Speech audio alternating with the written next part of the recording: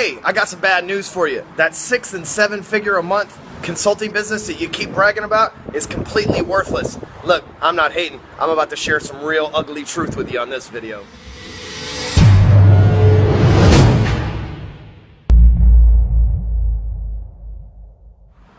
So, maybe you know this, maybe you don't, but last year I split up with my ex-wife, who was my wife then, got a divorce, and as we got closer to getting a divorce this year, it was finalized. I had to have something that was very important. It's kind of scary. It's have my business analyzing. I run a consulting business. It's 100% based on me showing up, and the clients that I have keep me on retainer. It's 100% dependent on me showing up and me delivering the services that I promised them in the form of consulting, right? And so when I have my business value, I'm like biting on my nails, right? I'm wondering how much money I'm going to split up, and that's just part of divorce and everything else. But they came back to me and said my business was worth $0. And their logic behind it was they said that if I died tonight, my clients that I have today would not continue to pay me next month. They would all eventually go away because I'm not able to continue delivering the service. So basically what they were saying is, since I didn't have a scalable business to where I could put other people in place, that my business was completely useless, worthless, valuation 0.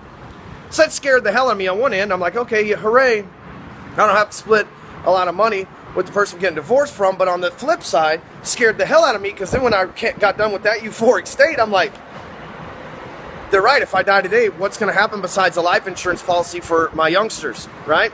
What's going to happen for the people around me that depend on me for their paychecks?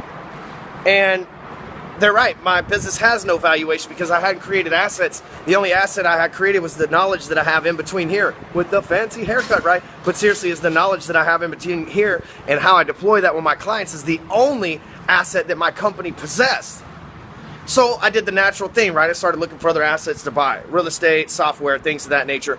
Partner up with people in business ventures, so on and so forth. But I want you to think about this. People all the time, like, first of all, consulting is one of the fastest growing segments of the marketplace. And anytime that happens, that means there's going to be a lot of fucking Indians and no chiefs. There's going to be a lot of talking heads trying to tell other people how that they should do shit that probably couldn't do it in the first place. Because that's what most people do. It's like, I became a consultant by default, was forced into this, and all I do is share what I've actually done and my numbers with the people that I work with. But that's not the case for most people. They tell you how to make $1 million while they're surviving on 10,000, right? But that's none of my business at this point. But what I'm telling you is, you can build your consulting business up to $100,000, $200,000, $1 million a month or more. But if you disappear, are those clients, do you have something that's legacy style for those clients to continue paying until their contracts expire? In other words, do you have digital assets? See, the one thing that I do have at this point is digital assets. I don't push them a whole lot, but I have BFA Digital show up and close, things like that. You can see right here next to this video on the website. But again, if I'm not alive to drive traffic to those, they don't sell themselves.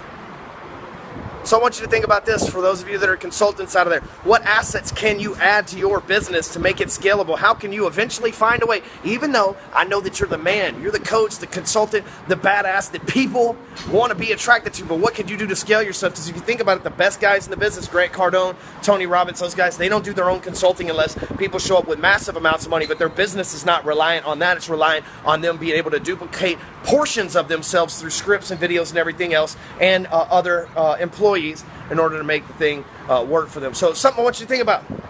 That 6 and 7 figure a month business that's 100% dependent on you is useless if you go away. You got to find some way to scale that shit, buddy. Let's talk if you want to learn.